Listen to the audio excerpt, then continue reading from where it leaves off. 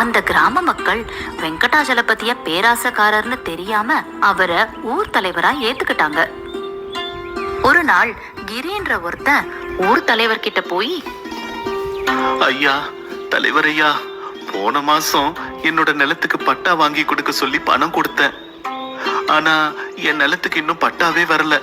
இப்படி கிரி கேட்டான். அதுக்கு ஊர் தலைவர், கிரி, இங்க பாரு, இப்போ உன் வேலையா தான் போயிட்டு இருக்கேன்.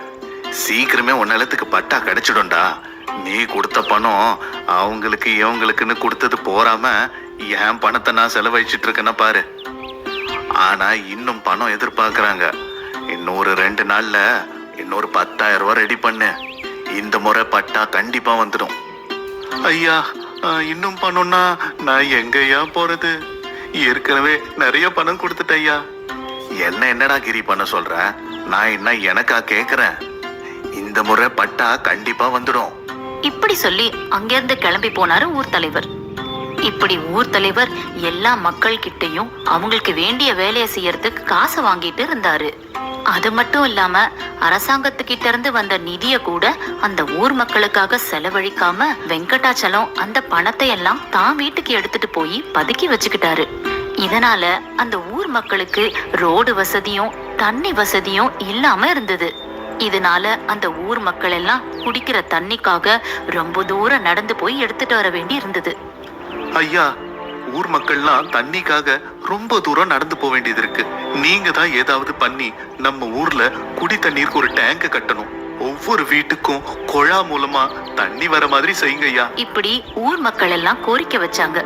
அதுக்கு ஊர் தலைவர், நானும் அததான் யோசிக்கிறேன்.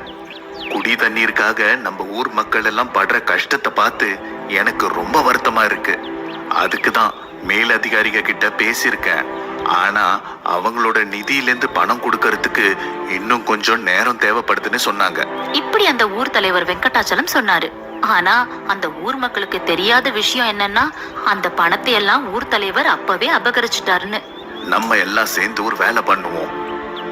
நம்ம ஒரு வீட்ல இருந்தும் பணத்தை வசூல் செஞ்சு தண்ணி டேங்க கட்டுவோம். அரசாங்கம் பணம் எப்ப வெளியிடும்னு தெரியாதுல்ல. அது வரைக்கும் நம்ம இப்படி கஷ்டம் பட்டுதான் ஆகணும்.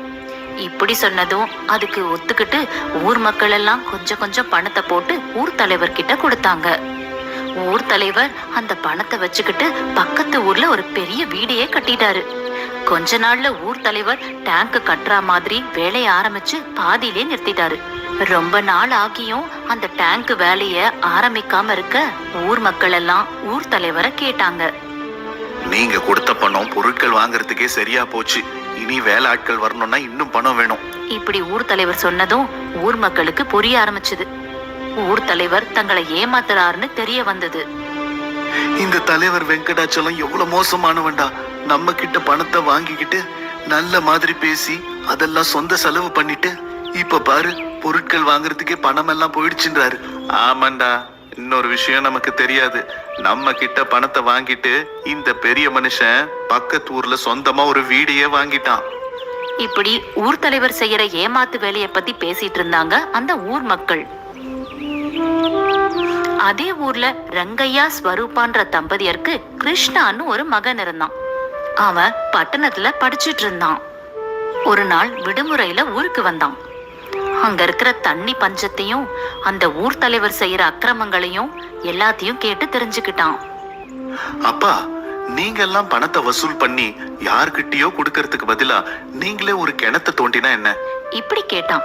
அதுக்கு கிருஷ்ணாவோட அப்பா ரங்கையா, இந்த ஊர்ல தண்ணிக்காக எத்தனையோ கிணற தோண்டினோம்பா. ஆனா எதுலயுமே தண்ணி இல்ல. இப்படி சொன்னதும் கிருஷ்ணா அந்த ஊர் முழுக்க சுத்தி வந்து தான் கூட பட்டணத்துல படிச்சுட்டு இருந்த தன் நண்பன் உதவியோட தண்ணி இருக்கிற ஒரு இடத்த கண்டுபிடிச்சான். அப்பா, நான் நம்ம ஊர்ல ஒரு இடத்துல தண்ணி இருக்கிறத கண்டுபிடிச்சிட்டேன்.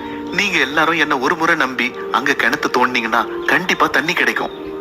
தம்பி கிருஷ்ணா, இந்த மக்களுக்கு தண்ணிங்கிற ஆசை என்னைக்கோ செத்து போச்சுப்பா. எல்லாரும் சேர்ந்து தண்ணிக்காக எத்தனையோ கிணற தோண்டிட்டாங்க. ஆனா எந்த கிணத்துலயும் ஒரு சொட்டு தண்ணி கூட கிடைக்கலப்பா. வெறுத்து போய் அந்த ஊர் தலைவர்கிட்ட போய் காசை கொடுத்தா அவரு இப்படி பண்ணிட்டாரு. அப்பா, இன்னும் ஒரு முறை என்ன நம்புங்க. என்ன நம்பி நான் சொல்ற இடத்துல கிணத்தை தோண்டுங்க. ஊர் மக்களுக்கு தண்ணி பிரச்சனையே இருக்காதுப்பா.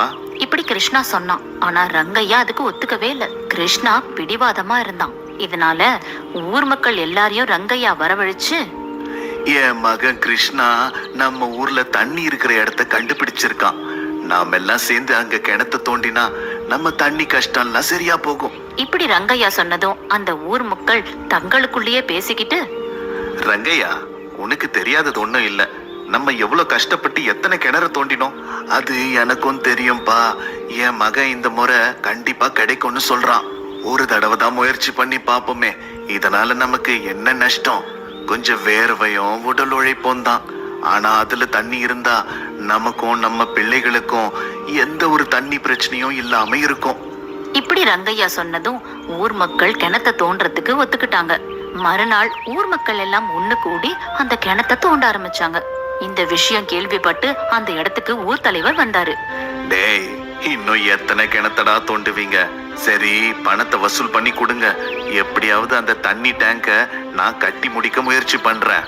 நீங்க இங்க எத்தனை நாள் தோண்டினாலும் வரப்போறது மண்ணுதான். ஐயா, மறுபடியும் உங்ககிட்ட கொடுக்கறதுக்கு பணம் எங்க கிட்ட இல்லைங்க ஐயா. தோண்டினா வரப்போறது மண்ணா இல்ல தண்ணியா தெரியாது. முயற்சி பண்ணி தான் பாப்போம். இப்படி ரங்கையா சொன்னதும் ஊர் தலைவர் சிரிச்சுக்கிட்டே பண்ணுங்க பண்ணுங்கன்னு போயிட்டாரு. ஊர் மக்கள் எல்லாம் சேர்ந்து எவ்வளவு நாள் அந்த கிணத்தை தோண்டினாலும் தண்ணி கண்ணுல படாம ரொம்ப கஷ்டப்பட்டாங்க. இறுதியா ஒரு நாள், ரங்கையா, நம்ம ஊர்ல தண்ணி இல்லைன்னு சொன்னல. நம்ம எவ்வளவு முயற்சி பண்ணாலும் பிரயோஜனம் இல்ல. உன் மகன் பேச்சு கேட்டு இத்தனை நாள் பட்ட கஷ்டம் தான் மிச்சம். இனி என்னால முடியலப்பா. கஷ்டமோ நஷ்டமோ இன்னும் கொஞ்சம் பணத்தை சேர்த்து அந்த தலைவர்கிட்டயே கொடுப்போம். அவன் மோசமானவன் தான். ஆனா நமக்கு வேற வழி இல்ல. இப்படி எல்லாரும் கிளம்புனதும், என் பேச்ச கேளுங்க, கொஞ்சம் பொறுமையா இருங்க, கண்டிப்பா தண்ணி கிடைச்சிடும். இப்படி கிருஷ்ணா சொன்னான். ஆனா யாரும் கிருஷ்ணாவோட பேச்ச கேட்கறதா இல்ல. ஆனா கிருஷ்ணா எப்படியாவது அந்த ஊர் மக்களுக்கு தண்ணி பஞ்சத்தை தீர்க்கணும்னு முடிவு பண்ணி அன்னைக்கு இரவெல்லாம் யோசிச்சுட்டே இருந்தான். அவனுக்கு ஒரு யோசனை வந்தது. உடனே கிளம்பி பட்டணத்துக்கு போய் பெட்ரோலையும் டீசலையும் கொண்டு வந்து அந்த கிணத்துல ஊத்தி காலையில கிருஷ்ணா அந்த ஊர் தலைவர்கிட்ட போனான்.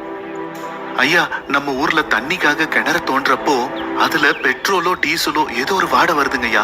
இப்படி கிருஷ்ணா சொன்னதும் உடனே ஊர் தலைவர் எதை பத்தியும் யோசிக்காம அந்த கிணத்துக்கிட்ட வந்து கிருஷ்ணா சொன்னது நிஜம்தான்னு நம்பினாரு. அந்த ஊர் மக்களுக்கு கட்டுக்கட்டா பணத்தை கொடுத்து, எங்க பாருங்க, இந்த பணத்தை வாங்கிக்கிட்டு இந்த கிணத்தை எனக்கு கொடுத்துடுங்க. இப்படி கேட்டாரு. அதுக்கு ஊர் மக்களும் ஒத்துக்கிட்டாங்க. ஊர் தலைவர் நிறைய ஆட்களை வச்சு அந்த கிணத்தை தோண்ட ஆரம்பிச்சாரு. கொஞ்ச நாள் தோண்டினதும் அதுல தண்ணி வர ஆரம்பிச்சது. அத ஊர் மக்கள் பார்த்து ரொம்ப சந்தோஷப்பட்டாங்க. ஆனா பேராசை பிடிச்ச அந்த ஊர் தலைவர் முகம் மட்டும் வாடி போச்சு.